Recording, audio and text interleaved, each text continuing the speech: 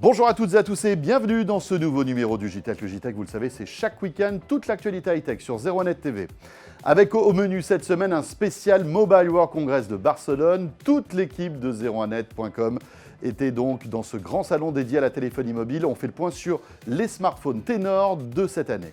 On parlera aussi de la 5G. La 5G, c'est le nouveau réseau de téléphonie mobile du futur. Il sera lancé dans quelques années, mais les opérateurs déjà s'y intéressent. Et puis nous vous ferons découvrir un smartphone étonnant avec un écran 3D. On a l'impression véritablement de voir des objets qui flottent. Nous rencontrerons le créateur de ce système tout à l'heure. Le JTech, c'est le best-of des vidéos de la semaine sur 01net TV. Soyez les bienvenus.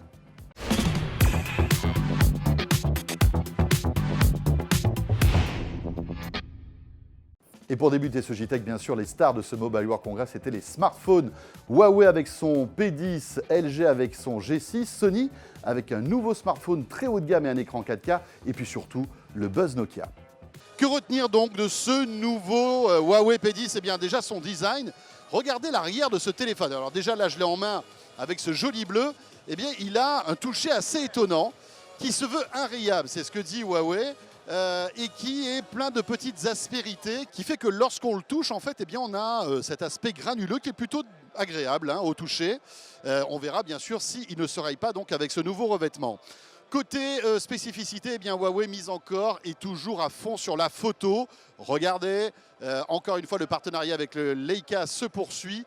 Deux objectifs sur ce smartphone donc Huawei, avec des photos encore plus belles que le P9, qui sont du niveau visiblement du Mate 9 qui était sorti il y a quelques semaines de cela et qu'on vous avait présenté. Et alors Huawei mise aussi tout sur l'appareil photo qui est pour les selfies, donc l'appareil photo qui est devant, qui là encore a été amélioré et qui permettrait de faire des photos encore plus belles que les selfies habituels. Comment? Eh bien tout simplement parce que là encore Leica s'est occupé en fait de la partie photo et qu'il y a un adaptif selfie. Alors qu'est-ce que c'est qu'un adaptif selfie? Eh bien c'est tout simplement la possibilité de, lorsque vous prenez en fait une photo en selfie, l'appareil va détecter le nombre de personnes que vous prenez en photo et automatiquement va zoomer ou dézoomer pour que tout le monde puisse rentrer sur la photo. Tout ça grâce en fait à un capteur et une analyse en temps réel en fait de la photo et des visages. En fait, l'appareil va détecter tous les points du visage et va savoir qu'il y a plusieurs visages en fait sur le selfie. Côté puissance, eh bien, ce Huawei est le premier smartphone 4,5G. Alors qu'est-ce que ça veut dire? Eh bien, ça veut dire tout simplement qu'il a 4 antennes, alors que d'habitude sur un smartphone, il y en a 2. Et alors ces 4 antennes permettent une meilleure 4G, donc il sera plus rapide, on pourrait monter là jusqu'à 300 mégabits et puis surtout passer des appels même lorsque le réseau est très très faible. Là encore c'est à vérifier, à voir si ce n'est pas que du marketing.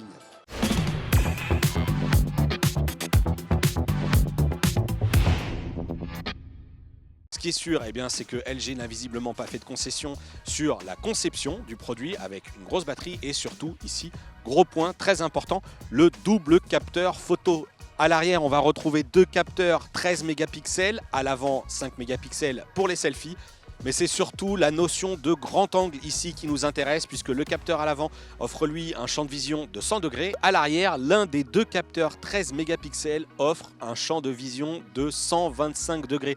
Regardez un petit peu à l'image, c'est flagrant lorsqu'on passe du premier capteur dont le champ de vision est à peu près de 70-72 degrés selon LG et qu'on bascule sur le second capteur à 125 degrés. Vraiment, on a une vue beaucoup plus large. Sur les bords, lorsqu'on utilise le capteur grand angle, eh bien, c'est flou.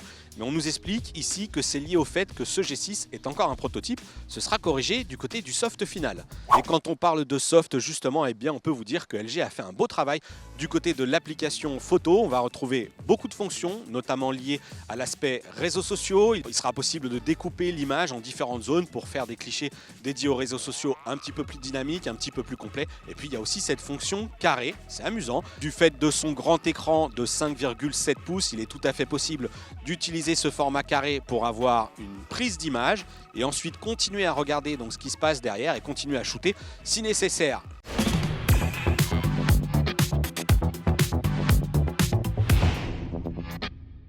On a tout d'abord un processeur Snapdragon 835 et je crois que sur ce salon, c'est vraiment le premier constructeur à annoncer un smartphone avec le 835 qui va amener beaucoup de puissance.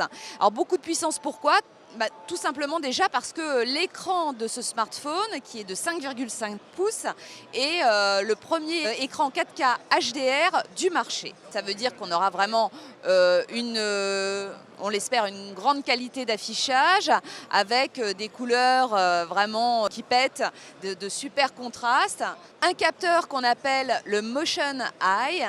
Alors ce capteur, qu'est-ce qu'il a de spécial? Tout d'abord, au niveau de la vidéo, il va permettre de faire des ralentis, de faire du slow motion, vraiment à un très haut niveau, puisqu'on est à 960 images par seconde.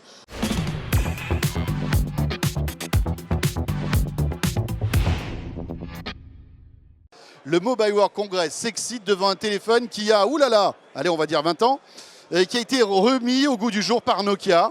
Nokia nouvelle génération. Alors ce téléphone, il est tout léger, il est tout fin, il est hyper robuste.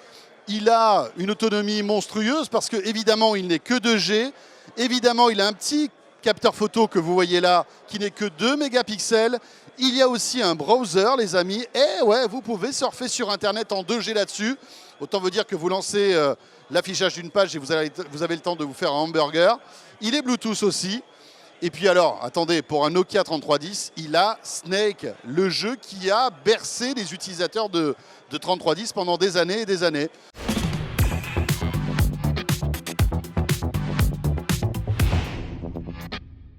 Voilà pour les smartphones stars de ce Mobile World Congress. On va parler maintenant réseau parce que c'est vrai que la 4G est en cours de déploiement, mais on parle déjà et on a déjà parlé à Barcelone lors de ce Mobile World Congress du futur des réseaux mobiles, c'est la 5G. Et justement, l'une des dirigeantes d'Orange nous explique ce que ça va changer. On arrive quand même sur des cycles courts, c'est-à-dire les réseaux, on dit souvent, c'est des cycles de 10 ans, 12 ans.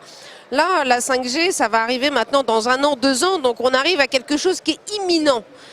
Et puis on sait ce que c'est-à-dire que les caractéristiques de la 5G sont à peu près stabilisées.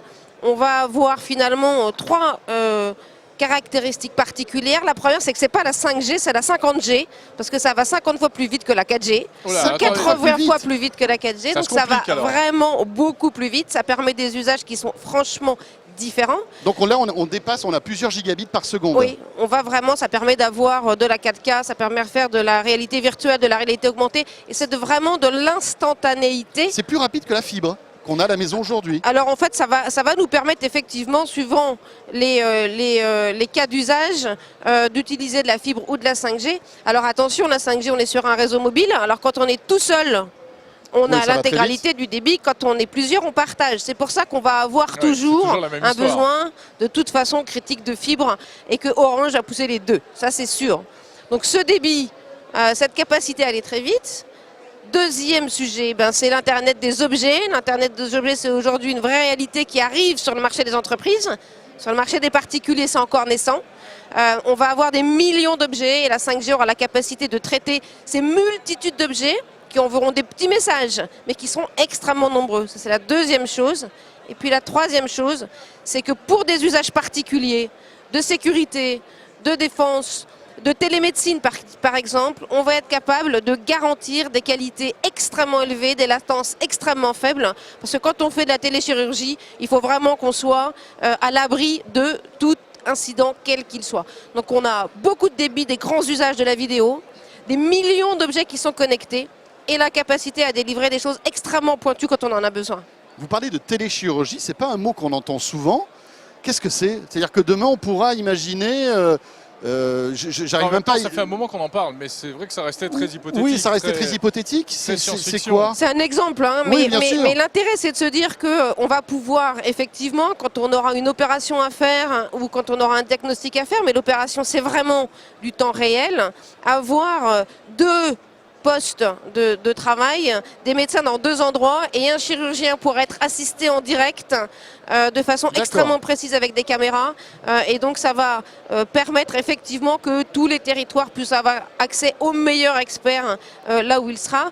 On peut aussi être assisté par des caméras qui sont dans des fibres et qui vont permettre de faire des diagnostics. Donc beaucoup de choses qui demandent de la précision, de la qualité, de l'instantanéité. Pilotage de drone, par exemple, aussi. Pardon, hein, c'est ça, pilotage de drone, des choses comme ça. Mais ça existe déjà, mais en local, on va dire.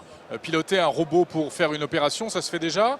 La 5G, c'est la promesse de pouvoir le faire à distance, Pas mais de sans problème fil. de latence, de choses comme ça?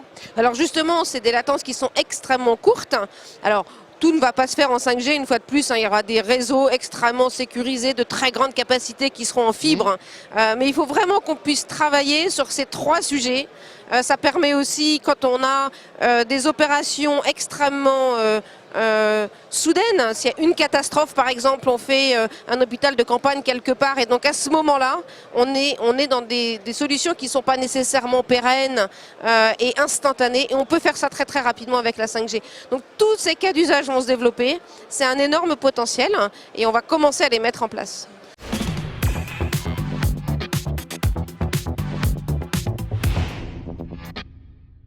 Voilà, et pour terminer ce JTech, une innovation étonnante. D'ici la fin de l'année sortira un smartphone vraiment intéressant avec un écran 3D holographique.